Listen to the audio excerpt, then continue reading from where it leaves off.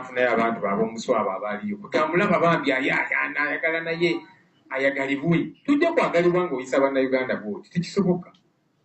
Ate n'ekirala mwami Muhoozi kati bw'osalawo nti oyagala kukola politics yunifoomu yaffe ey'eggwanga ey'amagye gigyeemu ogiteeke wali ojje mu ringi ya politics.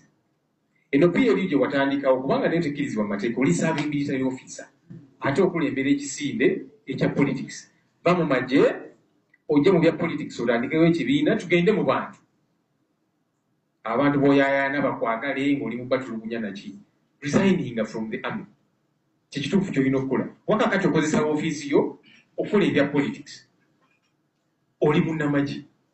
Naye ate kakati gwe nti kakati ono gwe nnoze ku kino, gwe nnoze ku bwa minisita, gwe nkoze ku kino n'ebirala byeteekamu. Esimanya kakati bannayuganda munanjagala nesimbeyo nga pulezidenti va mu magye gye weekweka eyo. Oba kakati abatakuwagira fe abali mu opposition okozesa ofiisi yo ogezaako okututulugunya. Jangu tugende ku ground politics. Tekira kubeera ng'omutiitiizi. Oli mutiitiizi abakola ebyo batiitiizi. Abalina endowooza enjawulo n'obawamba n'okola kinidda tugende mu political arena. Resigninga lekera obutiitiizi bwo.